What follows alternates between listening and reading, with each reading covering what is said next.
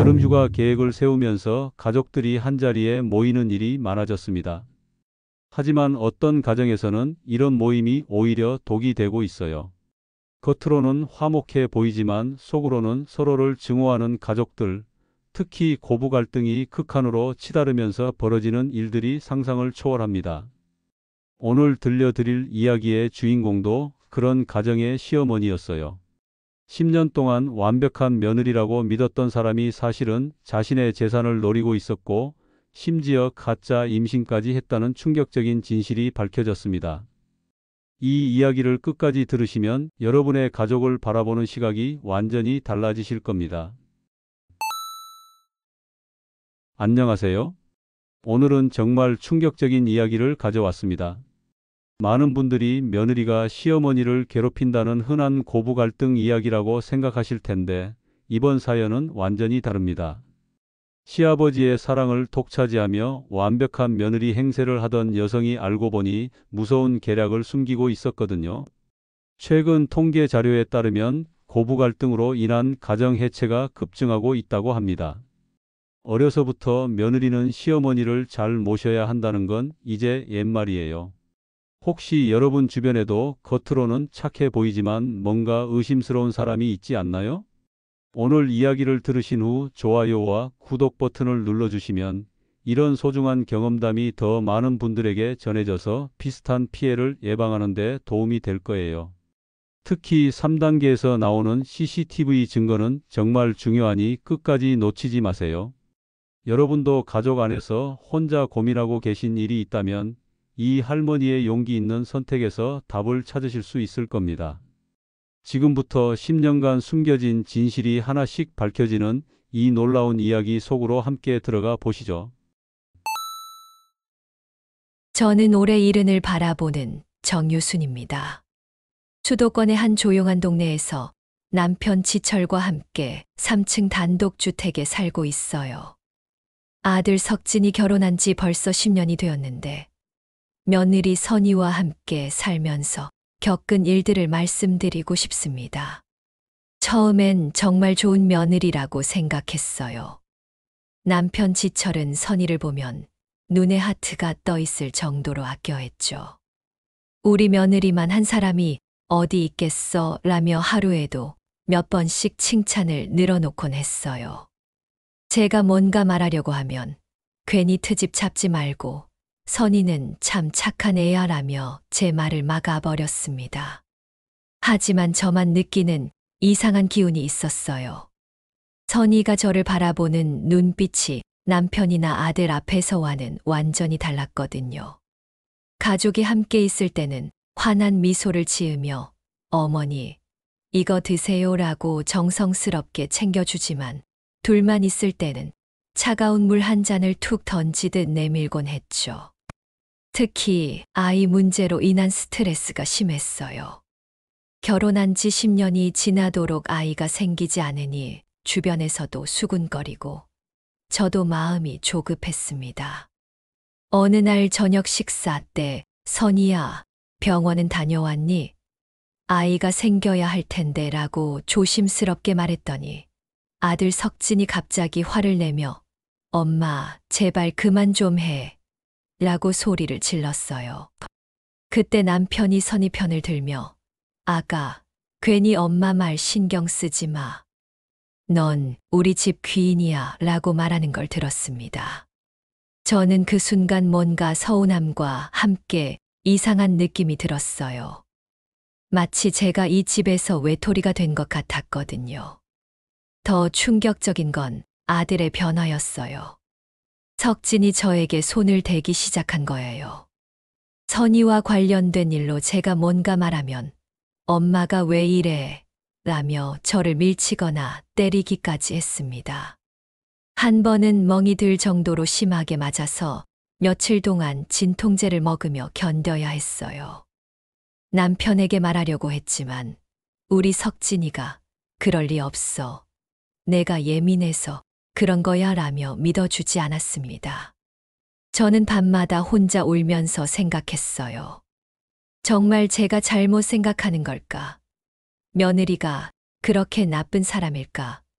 하지만 마음속 깊은 곳에서는 뭔가 잘못되었다는 확신이 점점 커져갔습니다. 선희의 진짜 모습을 남편과 아들은 전혀 모르고 있었고, 저만 그 차가운 시선과 무례한 행동을 견뎌내고 있었거든요. 어느 봄날 아침이었어요.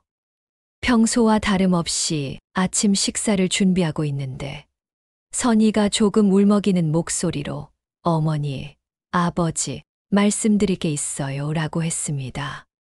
저는 또 무슨 일인가 싶어서 긴장했는데, 선희가 임신 6주 차예요 라고 말하는 거예요. 그 순간 남편 지철의 반응은 정말 극적이었어요. 숟가락을 떨어뜨리며 정말이야? 정말? 라고 물어보더니 눈물까지 글썽이며 우리 재산을 물려줄 사람이 생겼구나 라고 감격해 했습니다. 아들 석진도 기뻐하며 선희를 안아주고 온 집안이 축제 분위기가 되었어요. 하지만 저만 뭔가 이상했어요. 임신 6주라고 하는데 입덧 기색도 없고 배도 전혀 나오지 않았거든요. 게다가 선희의 표정이 슬픔보다는 뭔가 계산적인 느낌이 들었습니다. 저는 조심스럽게 배도 안 나오고 정말 확실한 거야? 라고 물어봤어요. 그랬더니 아들 석진이 벌떡 일어나며 엄마 또 시작이야. 왜 그렇게 시비야? 라고 소리를 지르더군요. 그러면서 저를 밀쳐서 넘어질 뻔했어요. 남편은 유순아, 이런 좋은 날에 왜 그러니? 우리 며느리 기분 상하게라며 저를 나무랐습니다. 더 놀라운 건 그 다음이었어요. 남편이 바로 변호사를 불러서 상속 이야기를 꺼낸 거예요. 손자가 생겼으니 이 집도 땅도 선희 명의로 바꿔야겠어 라고 말하는 걸 들었을 때 저는 정말 당황스러웠습니다. 아직 아이가 태어나지도 않았는데 벌써 재산 이야기를 하다니요. 그날 밤 저는 혼자 방에서 계속 생각했어요. 뭔가 이상하다는 직감이 더욱 강해졌거든요. 선희의 임신 발표 타이밍도 그렇고 남편의 즉석 상속 결정도 너무 성급한 것 같았어요. 저는 마음속으로 이 아이가 거짓말을 하는 건 아닐까 라는 의심을 품기 시작했습니다. 아들의 폭력도 더 심해졌어요. 제가 선희와 관련해서 조금이라도 의심스러운 말을 하면 주먹으로 저를 때리고 벽에 밀쳐붙이기까지 했습니다. 멍과 상처가 늘어갔지만 남편은 여전히 우리 석진이가 그럴 리 없다며 외면했어요. 저는 그때 정말 절망감을 느꼈습니다. 이 집에서 저를 지켜줄 사람은 아무도 없다는 생각이 들었거든요.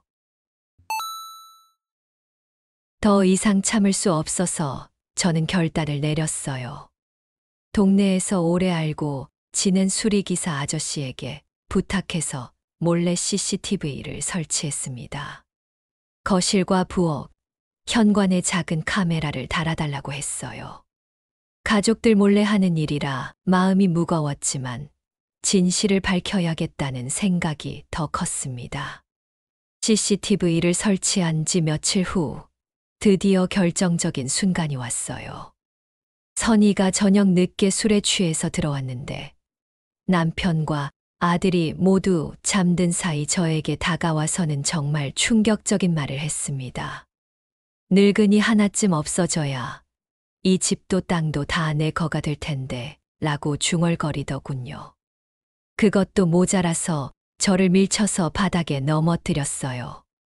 저는 머리를 부딪혀서 피가 났는데도 선희는 전혀 미안해하지 않았습니다. 오히려 시어머니가 왜 이렇게 약해? 빨리 죽어버리면 좋겠다는 말까지 했어요. 다행히 이 모든 장면이 CCTV에 고스란히 녹화되었습니다. 다음 날 저는 녹화된 영상을 확인하면서 정말 충격을 받았어요. 평소 저만 느꼈던 선희의 진짜 모습이 선명하게 드러나 있었거든요. 술에 취했다고는 하지만 저에 대한 증오와 탐욕이 그대로 담겨 있었습니다. 특히 이 집 재산이 다 내 거가 될 거야 라고 말하는 모습을 보니 임신도 거짓이고 모든 게 계획된 일이라는 확신이 들었어요. 하지만 남편에게 이 영상을 보여줘도 반응은 똑같았어요. 우리 며느리가 그런 말을 할 리 없어. 내가 잘못 들었거나 편집한 거 아니야? 라며 오히려 저를 의심했습니다. 아들 석진은 더 심했어요. 엄마가 CCTV까지 설치해서 며느리를 감시하다니 정말 꼰대 같다며 제 뺨을 때렸어요. 저는 그때 정말 절망했습니다. 명백한 증거가 있는데도 가족들이 믿어주지 않으니까요. 하지만 포기할 수는 없었어요. 선의의 정체를 밝혀내지 못하면 이 집의 모든 재산이 그 아이 손에 넘어갈 것이고 저는 평생 그 아이의 눈치를 보며 살아야 할 테니까요. 저는 더 확실한 증거를 찾기로 마음먹었습니다. 선의의 행동을 더 자세히 관찰하기 시작했어요. 임신했다고 하면서도 자주 외출하는 게 이상했거든요. 병원에 검진 받으러 간다고 하면서 하루 종일 나가 있곤 했는데 남편 지철은 우리 며느리 몸 챙기려고 병원 자주 가는 거야 라며 오히려 대견해했습니다. 어느 날 선희가 외출한 후방을 정리하다가 핸드백에서 호텔 카드키를 발견했어요.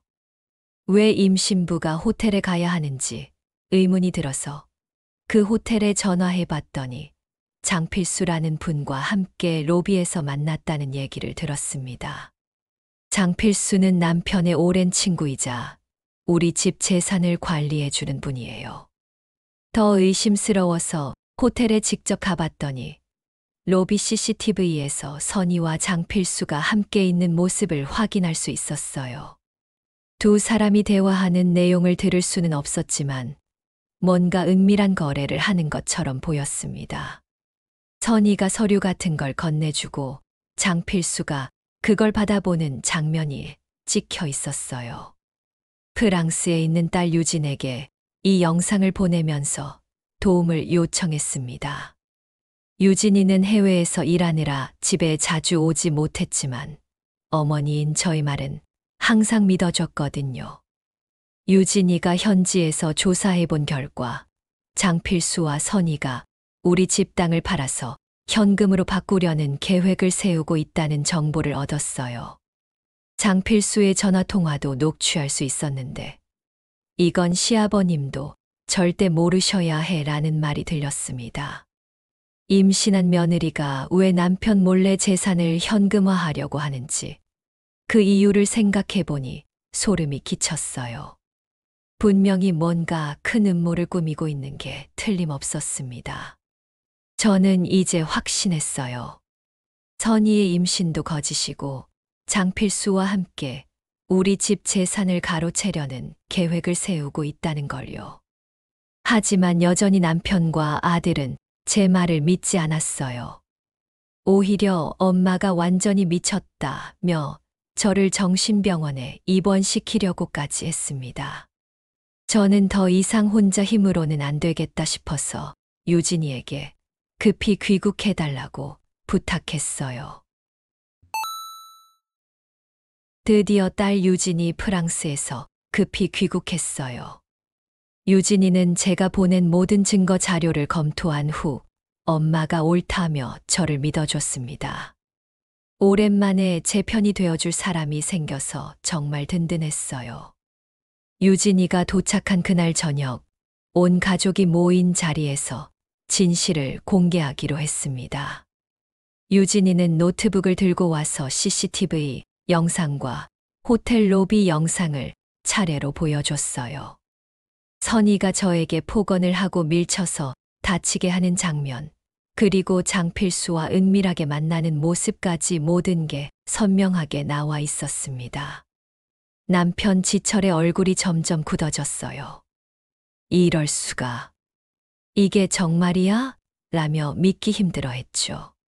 하지만 영상은 거짓말을 하지 않으니까요. 특히 선이가 늙은이 하나 없어져야 이 집이 내 거다라고 말하는 부분에서는 정말 충격을 받은 것 같았어요. 아들 석진은 끝까지 부인했어요. 이건 조작된 거야. 우리 와이프가 그런 사람이 아니라고 라며 소리를 지르더니 유진이한테 뺨을 때리려고 했어요.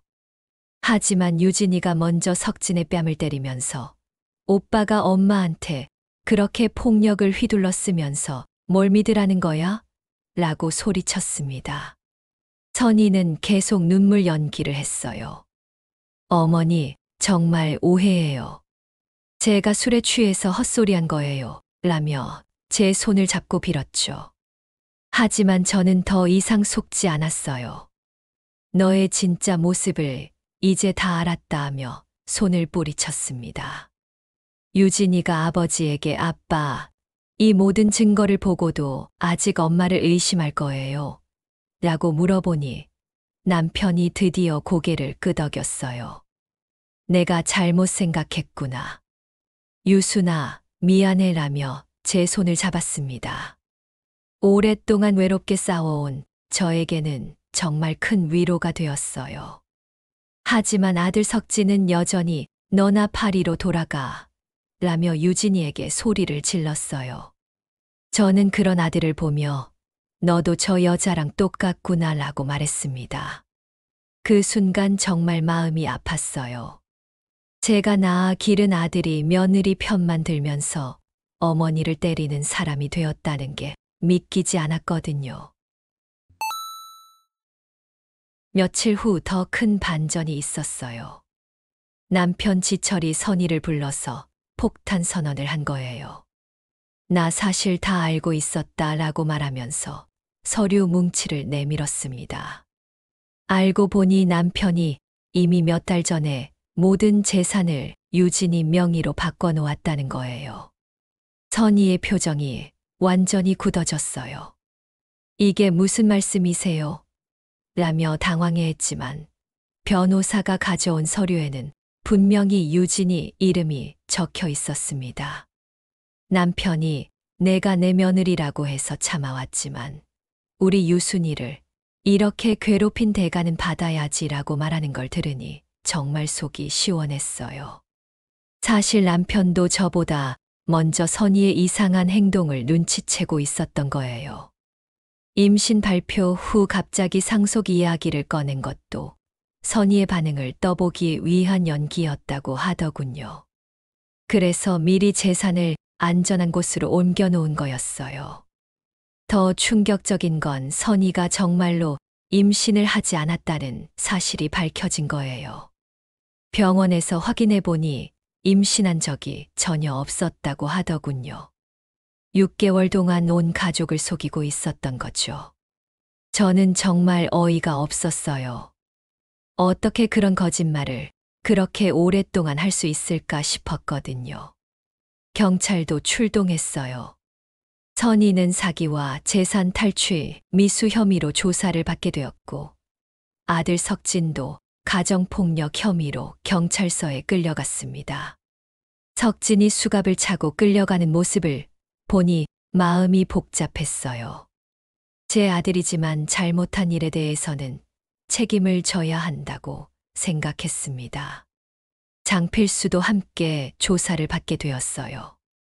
선희와 공모해서 남편 몰래 재산을 빼돌리려던 계획이 모두 밝혀진 거죠. 정말 무서운 사람들이었어요. 만약 제가 CCTV를 설치하지 않았다면 지금쯤 이 집의 모든 재산이 그들 손에 넘어가 있었을 거예요. 모든 진실이 밝혀진 후 저는 아들 석진과 이혼 서류에 도장을 찍어달라고 요구했어요. 더 이상 그런 며느리와 함께 살 수는 없었거든요. 석진은 처음에는 반대했지만 결국 선희와 이혼하기로 했습니다. 남편 지철이 제게 늦었지만 이제라도 내 편에 서서 널 지켜줄게라고 약속했어요. 그동안 며느리만 편들면서 저를 외면했던 것에 대해 진심으로 사과했습니다. 저는 오랫동안 쌓였던 마음의 응어리가 조금씩 풀어지는 걸 느꼈어요.